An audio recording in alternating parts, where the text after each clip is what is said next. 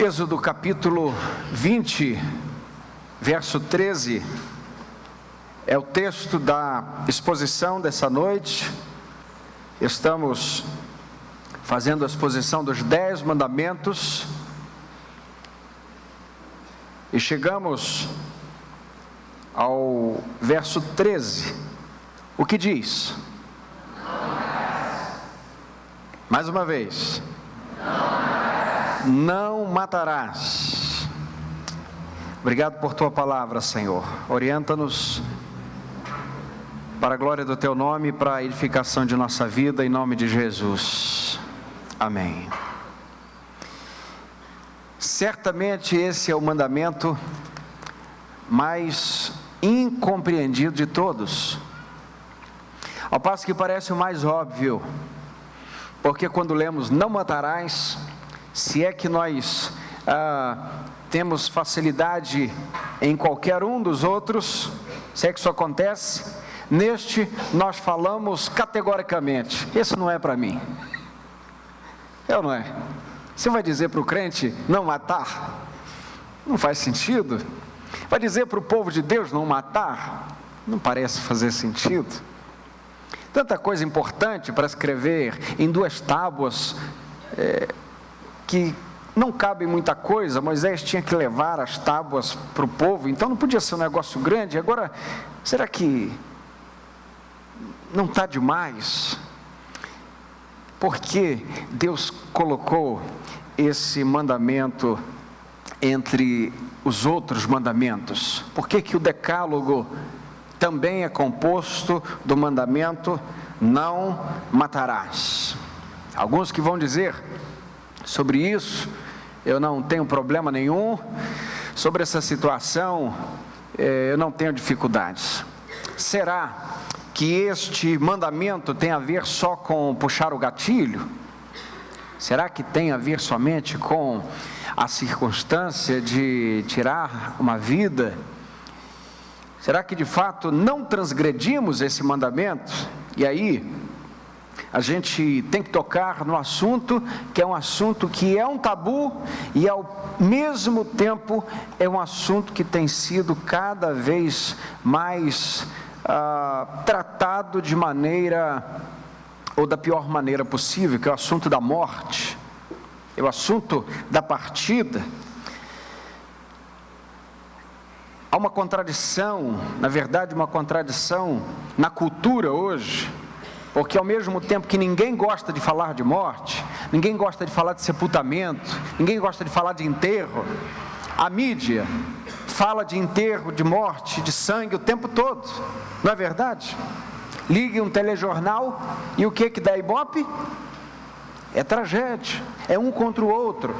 E aí, a gente percebe que esse assunto, ele vai sendo banalizado pela mídia, mas ninguém, ao passo que, ouvindo tanto sobre esse assunto, gosta de aprofundar sobre ele. E parece que isso vai gerando uma brutalização do coração, da percepção, porque aquilo que antes nos chocava, agora não choca mais.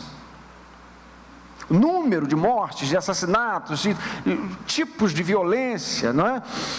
Parece que isso vai impregnando a consciência de uma percepção tão brutalizada que a morte, ou esse tipo de morte, vai parecendo uma coisa tão simples que a gente acaba dizendo: isso acontece o tempo todo, toda hora, em todo lugar. Não é fato? Ao mesmo tempo que diante de um sepultamento, todos ficam, quem pode dar uma palavra, ou quem pode fazer uma oração, porque a morte realmente, mesmo que ela seja tão falada, ela é uma intrusa. A morte é uma intrusa como consequência do pecado. A Bíblia diz que o salário do pecado é a morte. Adão, Eva e toda a descendência começam a experimentar a morte por causa do pecado. E a história da redenção vai sendo seguida deste assunto também, que é o assunto da morte. Por exemplo, a morte daquele animal que Deus mesmo matou no Éden para fazer as roupas de Adão e Eva. Gênesis capítulo 3, verso 21 diz isso. depois a morte de Abel, e depois tantos outros assuntos deste mesmo viés, todos os sacrifícios do Antigo Testamento, enfim. O fato é que hoje nós precisamos também compreender o que significa não matarás. Há muitas formas que nós podemos perceber de matar, que não seja necessariamente as formas mais tradicionais. E por tanto ver morte, por tanta brutalização da consciência, como já falamos, nós não achamos normal, ou nós nos escandalizamos, vamos dizer assim, se nós soubemos que alguém seja consumidor de algum tipo de material imoral, ou tenha uma vida imoral. Mas nós não nos chocamos se vemos, por exemplo, um filme que tem várias mortes o tempo todo. Já notou isso? É morte, não acaba mais, é sangue para lá e para cá, e vão morrendo, e muito inocente morre no filme. É um filme, você diz, é um filme. Mas se fosse um filme imoral e outros estivessem ali perto de você, você ia ficar tão sem jeito, não é verdade? E você diz, não, a gente tem que mudar esse negócio, está meio pesado. Mas morre muitas pessoas em vários filmes, e você diz, esse é um filme de ação. E aí tem um moço, quer dizer, que não é o moço, que é o bandido, vamos dizer assim, do filme, que é o vilão do filme. E você só está esperando o final do filme para ver como é que aquele sujeito vai morrer. E ele não pode assim morrer mais ou menos, tem que ser um negócio exemplar. Tipo assim, tropeçou, não é isso. Você vai tomando tanta raiva do sujeito, do vilão, que quando ele chega no final, sem a vida, não é? Ele está já no final da sua carreira de vilão, e vai lá o mocinho e acaba com a vida dele. Não pode ser de qualquer maneira, se for um tirinho não vale. Tem que empurrar de um penhasco, embrulhar ele numa bomba, estourar ele, e aí você vê aquela sangueira, você diz, é isso, é o Adão dentro de você, é ou não é? E ele é mau. A gente percebe então quanto de ódio a gente é dotado pela natureza de Adão a possuir. A gente não fica pensando, tomara que entre alguém, fale de Jesus para ele se converta e acabe com essa vida. Não é verdade? Porém, precisamos seguir no mandamento não matarás. Eu quero trazer no primeiro momento o que não significa o não matarás, porque há muita confusão sobre o mandamento em tela. Primeiro vamos então àquilo que não significa, ou aquilo que o mandamento não matarás não proíbe. Em primeiro lugar, esse mandamento não inclui a justiça retributiva. O que é justiça retributiva? O texto não diz que não é possível, ou melhor, que é proibido tirar a vida de alguém que tirou a outra vida de alguém. E aqui nós estamos falando de um exemplo da pena de morte, por exemplo. E aí alguém pergunta assim, pastor, então é certa a pena de morte?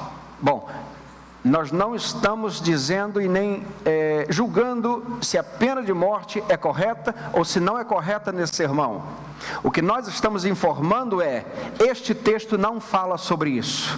Amém, gente? Se você quiser pegar algum outro texto, alguma outra razão bíblica, você deve encontrar outra razão que não seja esta, porque esse tipo de mandamento não tem a ver com a justiça retributiva, ou seja, aquilo que está em Gênesis, capítulo 9, verso 6, que diz assim: quem derramar sangue de homem, terá o seu sangue derramado pelo homem, porque Deus fez o homem à sua imagem. Para este texto, a justiça, ela só é feita, e eu digo a justiça pela vida, apenas é saciada com outra vida.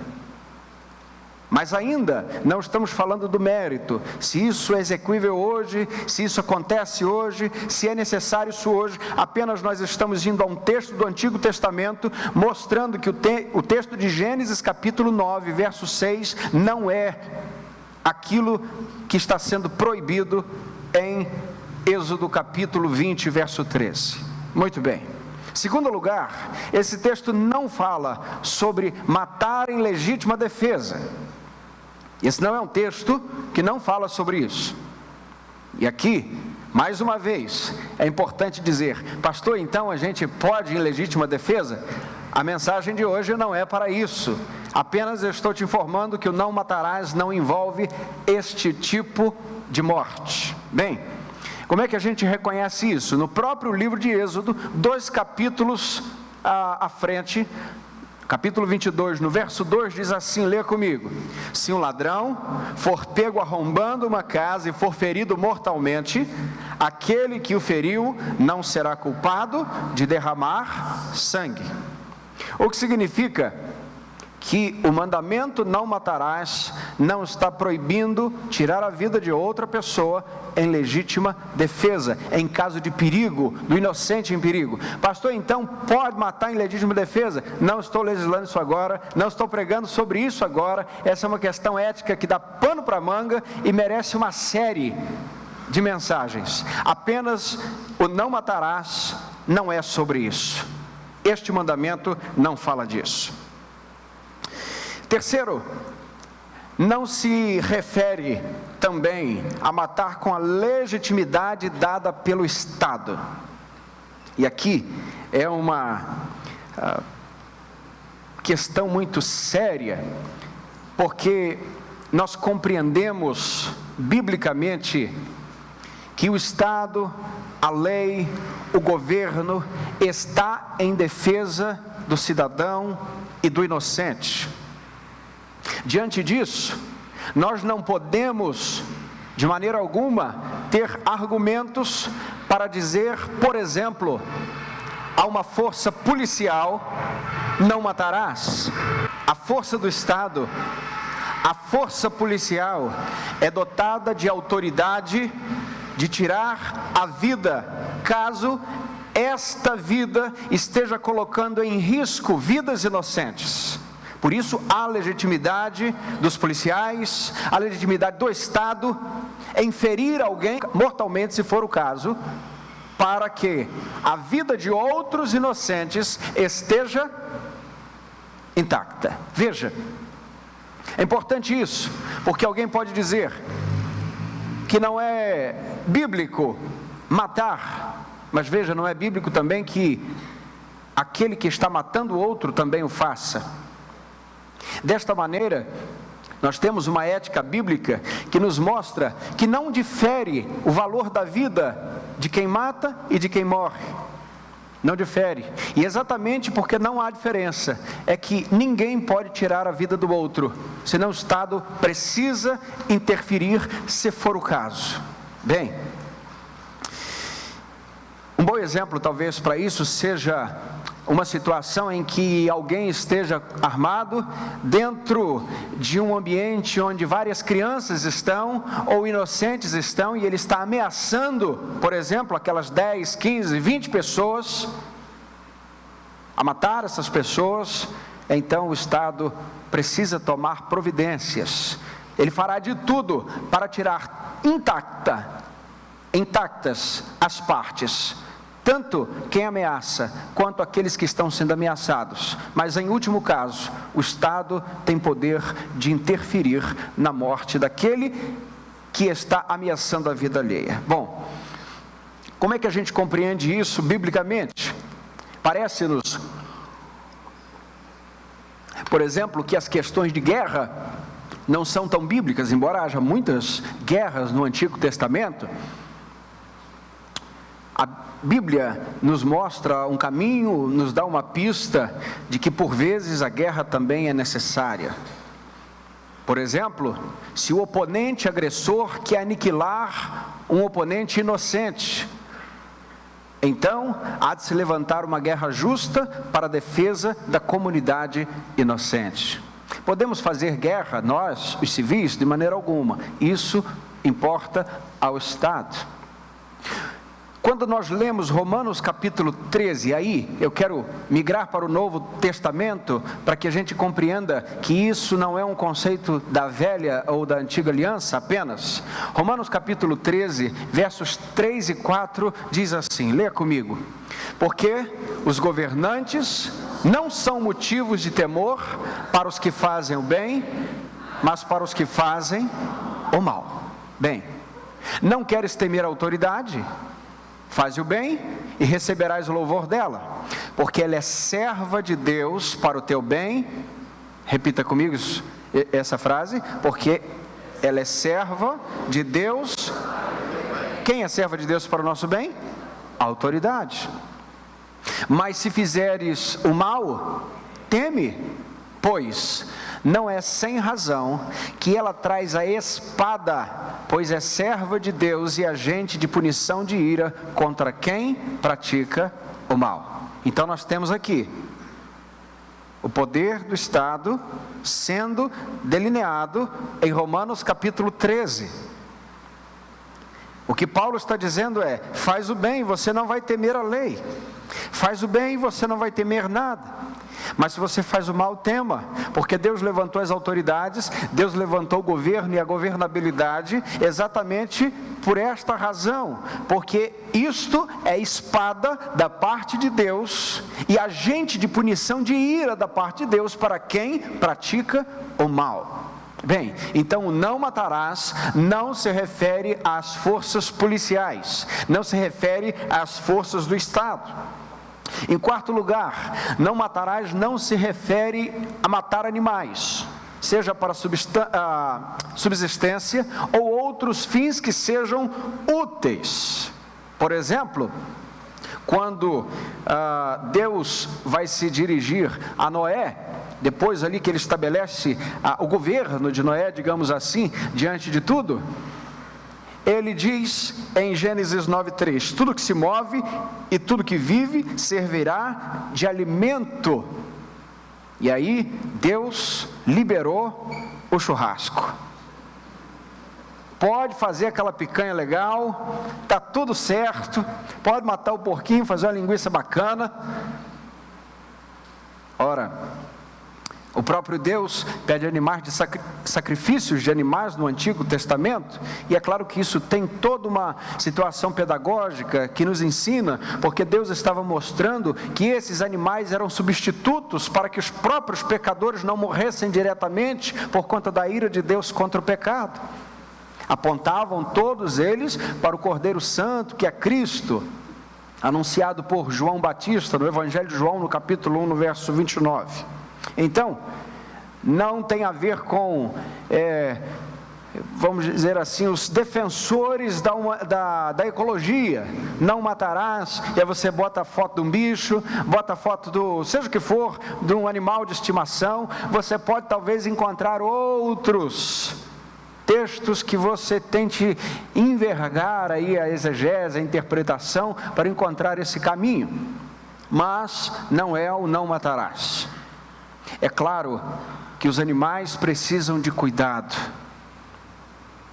e é certo que se nós estamos decididos a ter um animal doméstico, precisamos tratá-lo da melhor maneira possível, não como gente, porque animal não é gente, se bem que tem uns que parecem, aprendem certas coisas, não é? Mas este mandamento não se refere a matar animais. Esse mandamento também não inclui o fato da morte por acidente. A morte por acidente está descrita em Deuteronômio capítulo 19, versos 5 e 6, que diz assim: se alguém for com o seu próximo ao bosque para cortar a lenha, pondo força na mão que segura o machado para cortar a árvore, se o ferro se soltar do cabo e ferir o próximo, e de modo que ele venha morrer, ele se refugiará em uma das cidades vizinhas, preservará a sua vida, para que o vingador do sangue não persiga o homicida, enquanto estiver furioso, ele tire a vida, não havendo culpa de morte nele, já que antes não odiava o seu próximo. Vamos repetir essa frase última: já que não odiava o seu próximo. O que o texto está dizendo é: o machado saiu do cabo, feriu alguém mortalmente, foi acidente, então você tem que correr para a cidade de refúgio, porque na cidade de refúgio você vai esperar a ira daquele que vai, ou que vingaria essa morte dessa pessoa, e então você consegue ali não ser morto. O que o texto está dizendo é que você consegue o favor pela sua própria vida, porque não houve nenhuma intenção de matar. Portanto, o texto de Êxodo capítulo 20, não matarás, verso 13, não significa também que alguém que involuntariamente cause a morte de alguém esteja aí condenado por esse mandamento. Diante disso, vamos ao que significa realmente não matarás. O que é não matar? O verbo usado no hebraico aqui neste versículo é não matar, mas o sentido do verbo é não assassinarás. E o que é assassinar? Assassinar é ter intenção direta de tirar a vida do outro. Assassinar é tirar a vida de inocentes. Assassinar significa matar traiçoeiramente. E alguns dicionários vão dizer o seguinte: significa matar intencionalmente por ação ou por omissão. Veja que interessante. Há então uma modalidade de assassinato por omissão. Vamos ver isso. Por quê? Porque assassinar nunca é acidental. Nunca é simplesmente uma ação contra alguém porque se quis fazer isso ou porque não se pensou em fazer isso. Mas diante disso, nós precisamos pedir a própria palavra de Deus, a Sagrada Escritura, para aprofundar para nós hoje o que significa não matarás. Porque para nós esse termo não assassinarás está tão distante da nossa vida. O que esse mandamento tem a ver comigo? Jesus aprofunda esse mandamento para nós em Mateus capítulo 5, nos versos 21 e 22. Eu queria que a gente lesse juntos. Ouvistes o que foi dito aos antigos: não matarás, e quem matar está sujeito a julgamento. Eu, porém, vos digo que todo aquele que se irar contra seu irmão será passível de julgamento. Quem o chamar de insensato será réu diante do tribunal, e quem o chamar de tolo será réu do fogo do inferno. Parece então que começamos a ser incluídos nesse mandamento, porque o que Jesus está dizendo é: vocês lembram que os antigos ouviram? Vocês lembram o que foi dado aos antigos? Não matarás? Eu vou atualizar para vocês a percepção real desse mandamento, porque parece que durante tantos anos eles não perceberam o que realmente significava esse mandamento. Jesus está dizendo: se você odeia alguém, você está transgredindo o mandamento não matarás. Porque o mandamento não matarás tem a ver muito mais com a intenção, com o pensamento, com o sentimento que eu tenho contra alguém. E eu não preciso necessariamente puxar um gatilho para matar o outro, empurrar uma lâmina para matar o outro, mas Jesus está dizendo: quando o teu pensamento está impuro e cheio de ira contra alguém, você já está num nível aprofundado de transgressão do não matarás. Aí começamos a ser incluídos nesse bojo, não é verdade? Porque o texto diz: aquele que se irar contra seu irmão, repetir, aquele que se irar contra seu irmão. Quero trazer pelo menos 3 tipos de ira, para que a gente compreenda do que o texto está falando. O primeiro tipo de ira é a ira santa, que só Deus tem. Nós não podemos nos irar santamente. Em Romanos capítulo 1, verso 18 diz que a ira de Deus se revela do céu contra toda impiedade e injustiça dos homens que impedem a verdade pela sua injustiça. A ira de Deus se revela no céu contra a impiedade. Um Deus santo, justo, puro, longe do pecado. Abacuque vai dizer que os olhos do Senhor são tão santos que não podem ver o mal, não pode se virar para o mal, ou seja, não se apresenta maldade diante dele. Agora, este Deus, ele se ira contra o pecado, e ele se ira também contra o pecador, mas nós não conseguimos esse tipo de ira santa. Mas há um segundo tipo de ira, que é a ira do justo. Qual é a ira do justo? É a ira que traz a nós um descontentamento profundo pelo ato do erro, pelo ato da injustiça. Este tipo de ira não é uma ira pecaminosa. Por isso, Efésios capítulo 4, verso 26 diz o seguinte: quando sentires raiva, não pequeis, não conserveis a vossa raiva até o pôr do sol. Em outras versões diz: irai-vos, mas não pequeis, não deixe o sol se pôr sobre a sua ira. Ora, significa então que nós temos capacidade de nos irar, sem pecar. Irai-vos, mas não pequeis. Quando você enxerga um quadro de injustiça, dá uma ira profunda, um descontentamento na alma. Quando você vê um inocente apanhando, gera um descontentamento no teu coração. Quando você vê a transgressão do direito alheio, deve ser gerado no teu coração um sentimento de ira contra essas circunstâncias. Do contrário, nosso coração está cauterizado pela injustiça. Então nós estamos diante da ira santa de Deus, diante da ira dos justos, que é o descontentamento gerado pelo Espírito, e até por questões éticas na revelação geral, até entre os ímpios por vezes, mesmo que não sejam justos. Mas nós temos a última ira, que é a ira pecaminosa. Essa ira é a ira contra pessoas, não contra circunstâncias, não contra situações, mas contra pessoas. Esta é a ira pecaminosa. É a ira que eu alimento não contra uma situação, não contra um erro, não contra uma injustiça, mas contra alguém. Quando eu olho para o transgressor, para aquele que pratica a injustiça, e não separo o ato dele da pessoa dele, então eu também estou irado com aquilo que ele está fazendo. Sobretudo o meu coração está sendo tomado por uma ira pecaminosa, a ponto de eu odiá-lo. Compreendeu?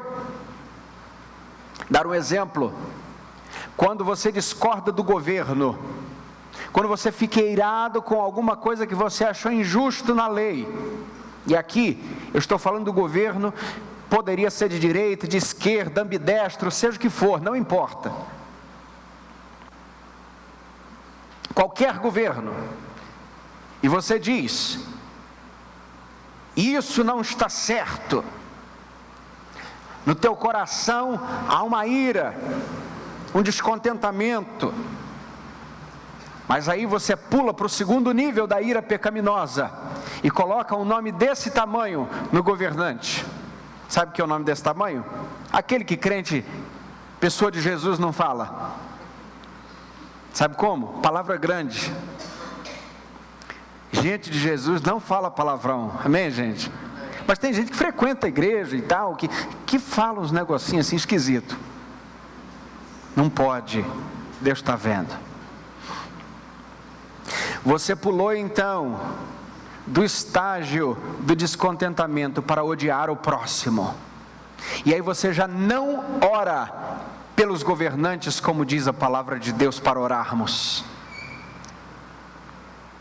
Quando você percebe que alguém transgrediu a lei, que alguém foi contra alguma coisa que você preza, e aí você não só odeia o que ele fez, mas o teu coração passa a odiar aquela pessoa por aquilo que ele fez. E aí voltamos ao texto de Jesus, quando disse: ouvistes que foi dito aos antigos, não matarás, e quem matar está sujeito a julgamento. Eu porém vos digo que todo aquele que se irá contra o seu irmão será passível de julgamento. Quem o chamar de insensato será réu diante do tribunal, e quem chamar de tolo será réu do fogo do inferno. Numa tradução extremamente livre, parafraseada, seria o seguinte: se você deseja que ele vá para o inferno, é porque você está no mesmo caminho. Basicamente é isso. Se o teu coração não tem um sentimento de profunda misericórdia, de oração por ele, se você já deixou de detestar aquilo que ele faz para detestar a ele, então você já está se manifestando como alguém que é réu do inferno. Compreende? É o que Jesus está dizendo. A aplicação desse mandamento não é então, não puxarás o gatilho, embora também proíba isso, de certa maneira, mas é aprofundado na santificação do nosso pensamento na direção do outro, é aprofundado na santificação da ação, das palavras. E aí a gente começa a compreender que o ódio e que a ira é a versão mental do assassinato. Vou repetir isso. A ira, o ódio contra alguém, o que Jesus está dizendo, é a versão mental do assassinato. Compreende? Quando a gente chega a odiar alguém, quando a gente não é munido do amor de Cristo por alguém, nós estamos caindo nesta transgressão desse mandamento. Como é que a gente sabe disso? A primeira carta de João, no capítulo 3, a partir do verso 11, diz assim, lê comigo: porque a mensagem que ouviste desde o princípio é esta, que nos amemos uns aos outros, que nos amemos uns aos outros. Não como Caim, ele dá um exemplo, que era do maligno e matou seu irmão. E por que o matou? Porque suas obras eram más, e as de seu irmão eram justas. Meus irmãos, não vos admireis se o mundo vos odeia. Note que ele falou de amor, agora ele está falando de ódio. Amor dos crentes e ódio do mundo. Então ele responde: por que que Caim matou Abel? Porque ele não amava Abel, ele odiava seu irmão. Nós sabemos que já passamos da morte para a vida, que amamos os irmãos. Quem não ama permanece na morte. Agora leia comigo o verso 15 e dorme com esse barulho. Todo aquele que odeia seu irmão é homicida, e sabeis que nenhum homicida tem vida eterna, permanecendo em si mesmo. Quem não ama o seu irmão não matarás. Homicidas de plantão que odeiam o próximo, não matarás. Jesus deu uma aprofundada aí.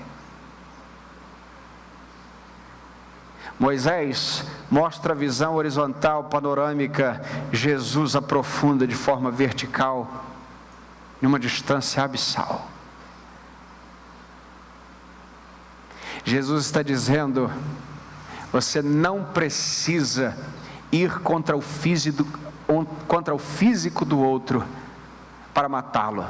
Jesus está dizendo: eu estou vendo que há sentimentos de morte no coração, cujo ódio encontrou guarida. Gente que quando fala de outro alguém trinca os dentes. Gente que não tem como nem ouvir o nome de alguém. Gente que, por exemplo, diz: eu não tenho coragem de matar, mas bem que o fulano podia morrer logo. Eu não tenho coragem de matar não, mas se a esposa daquele camarada morresse, eu casava com ele. A hora que ela morrer, eu me apresento. A hora que o esposo daquela mulher bonita morrer, partir, eu invisto. Está matando no coração. Você não deve pensar isso, mas tem gente que pensa. Não é verdade? E eu não tenho coragem de matar ninguém não, mas se meu pai morresse, ou se minha mãe morresse, eles fariam um favor para a humanidade. Estou precisando de uma herança, de uma casa boa, e aí resolvia meu problema. Sabe que tem gente que pensa assim? Não deve ter ninguém aqui, ninguém que ouve pela internet, não deve ter.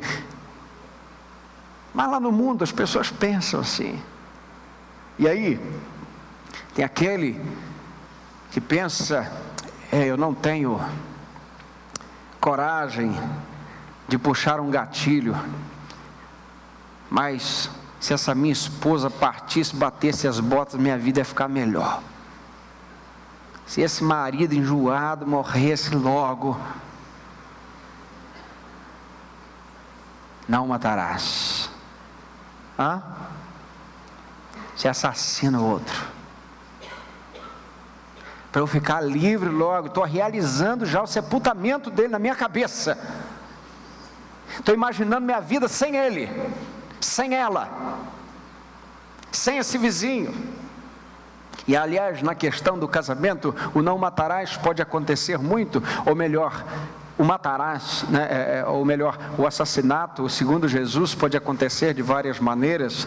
Na verdade, por trás de atos que parecem singelos, há tentativas aceleradas de homicídio. Por exemplo, a esposa que sabe que o marido é hipertenso, mas dá uma chegadinha no sal porque ele gosta. É fato.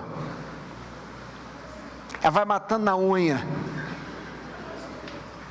Eu não puxo gatilho não, mas eu dou uma exagerada no açúcar, porque eu sei que ele é diabético. Ele gosta de um docinho. Vai bem, bebe tudo. Eu não tenho coragem de matar, mas eu vou aproveitar que ele está desempregado e eu vou estourar o cartão, porque ele vai se arrebentar todo. Não é verdade? Eu não tenho coragem de matar não, mas eu sei que ele sofre, ou ela sofre aí de uma depressão, então eu quero que isso seja acelerado. Quanto mais indiferente eu for, melhor será. Eu sei que ela ou ele tem que tomar um medicamento tal hora e tal hora, mas se ele esquecer, deixa isso para lá. Eu sei que o coração dele ou dela está ferido de várias maneiras, então quando eu tiver oportunidades eu vou pisotear exatamente nessa ferida, porque eu quero que isso aconteça logo. E aí, a gente tem várias maneiras de mentalmente matar o próximo. O agente de saúde que está posto ali e que olha alguém que está tão debilitado e nega-lhe o socorro, está praticando, ainda que indiretamente ou supostamente de forma indireta, porque isso é direto, se ele deixa esta pessoa definhar com falta de saúde e ele pode fazer alguma coisa, ele está colaborando para o assassinato desta pessoa. Lembre que assassinato também é por omissão, o próprio dicionário diz isso. Tiago vai dizer que aquele que pode fazer o bem e não faz, este peca, comete pecado. Diante disso, meus irmãos, nós temos várias formas de praticar esse tipo de assassinato em mente. E aí nós podemos retornar à carta de João e reler, porque faz muito sentido. Todo que odeia seu irmão é homicida. Sabeis que nenhum homicida tem vida eterna permanecendo em si. Apocalipse capítulo 22, no verso 15, diz assim: além de outras pessoas, de outros tipos, ficarão de fora os homicidas. Será que ficarão de fora somente aqueles homicidas que puxam um gatilho? Somente aqueles que usam uma lâmina? Somente aqueles que fazem de maneira tradicional? Ou ficarão de fora também os homicidas chamados indiretos, passivos, omissos? Compreende? O que Jesus disse no mandamento ali faz sentido quando a gente compreende também que esse tipo de homicídio não é característica daqueles que herdarão o reino dos céus. Ou seja, aquele que odeia o seu irmão não herdará o reino dos céus. Aquele que é tomado por uma ira por alguém, aquele que está incapaz de perdoar alguém,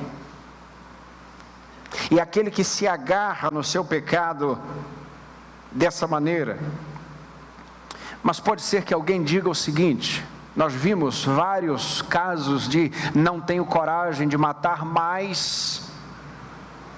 Agora pode ser que alguém diga: eu tenho coragem de matar, mas me falta oportunidade. E quando eu tiver oportunidade, eu vou matar. Quero dizer a você nessa noite que o valor da vida está em Deus. E que todo aquele que é tirado da vida, é tirado dele algo de propriedade santa e exclusiva de Deus, porque só Deus pode fazer isso no tempo, na maneira e na forma que desejar fazer. Desta maneira, meus irmãos, queridos ouvintes, o conselho do Salmo 37, no verso 8, é muito útil. O texto diz assim: deixa a ira, abandona o furor, e não te aborreças, porque isso só lhe trará o mal. Se há no teu coração uma ira contra alguém, se há no teu coração algo que seja maligno contra a vida de alguém, ore a Deus e peça para tirar isso do teu coração. Deixe a ira, abandone o furor. Bem, e como é que a gente obedece a esse mandamento? Já que então é um mandamento muito mais difícil do que se supunha, porque para muitos era só usar uma arma para tirar a vida do outro, mas Jesus está dizendo que é muito mais comum esse tipo de pecado do que se imagina. Como é então que nós fugimos desse pecado? Quando nós apelamos para a ajuda de Cristo Jesus.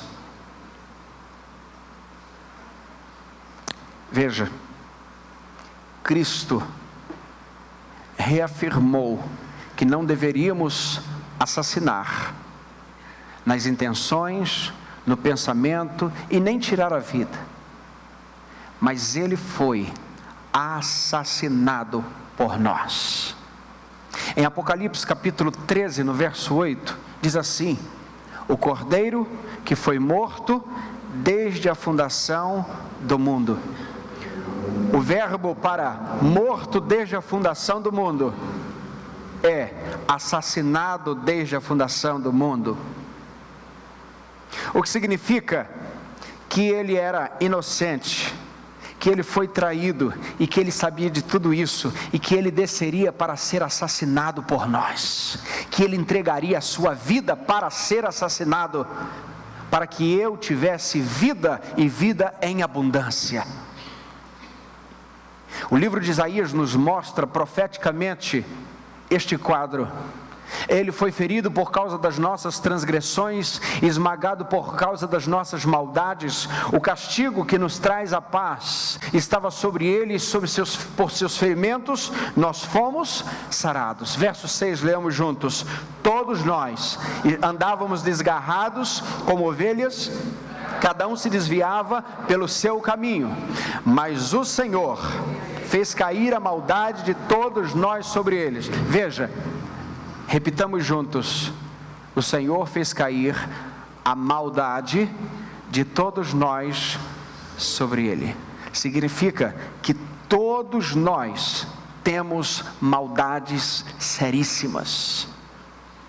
Ele foi ferido pelas nossas transgressões, e todas as nossas maldades, a nossa falta de inocência, a nossa profundidade no dolo, foi derramada sobre o Cordeiro Santo, inocente, como diz Hebreus. E Ele trouxe para si, pelas suas feridas, os nossos pecados, e nós ganhamos vida eterna, que nos foi roubada pelo pecado por causa da morte de Jesus. Ele foi assassinado por nós, para que nós resgatássemos para nós a vida eterna, ou melhor, Ele resgatou para nós a vida eterna.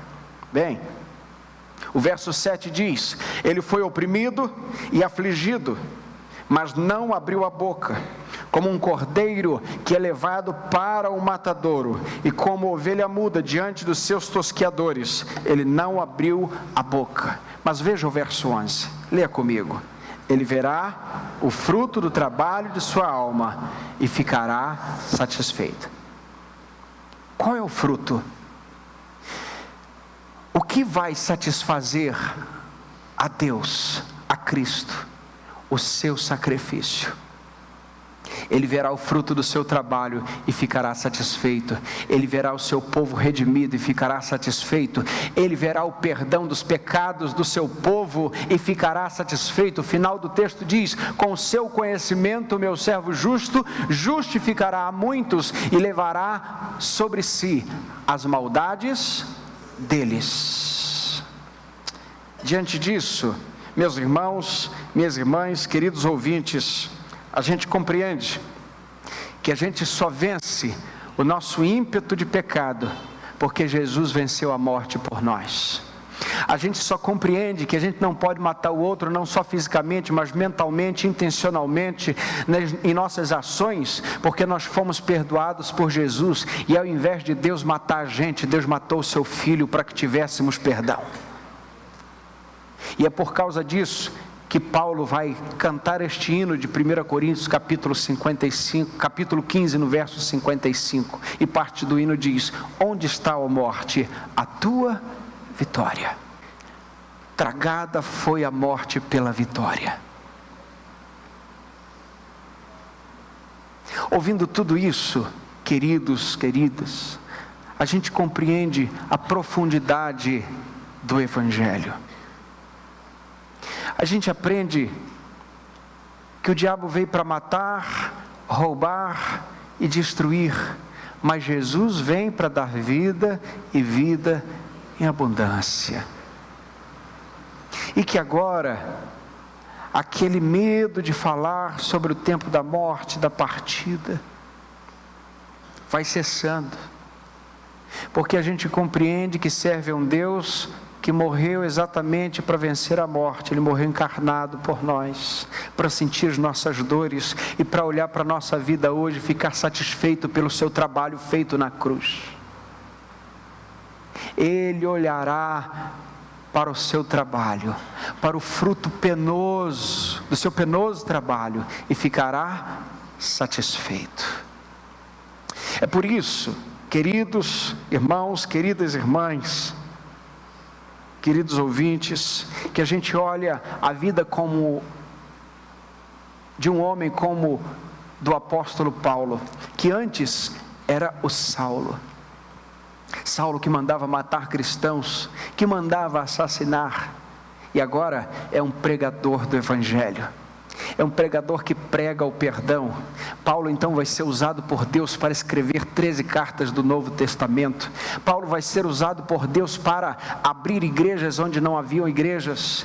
Paulo foi usado por Deus para ser um dos grandes pregadores da palavra de Deus, ou seja, citado na palavra de Deus. Deus transforma assassinos em cordeirinhos, ovelhas de Jesus. Agora eu quero dizer que Deus, além de salvar um assassino que tem coragem de tirar a vida do outro, Ele também redime a vida e o coração do assassino que deseja a morte do outro, que tem ódio pelo outro. E esse ódio que o ser humano sente pelo outro só pode ser aplacado pelo amor de Deus. O amor de Deus, quando entra no nosso coração, faz com que a gente perdoe aqueles que pareciam para nós imperdoáveis. Porque toda a nossa capacidade de perdão é deixada de lado, e agora, deixada de lado, nós olhamos para a cruz, e para a cruz emana perdão para nós, e nos enche de perdão, de forma que transborda na direção daquele que nos ofendeu. Por isso, olhando para a vida de Estevão, que estava sendo assassinado a pedradas, ele pôde dizer: Pai, não lhes imputes este pecado. Sabe o que é isso? Poder do Espírito Santo na vida de alguém.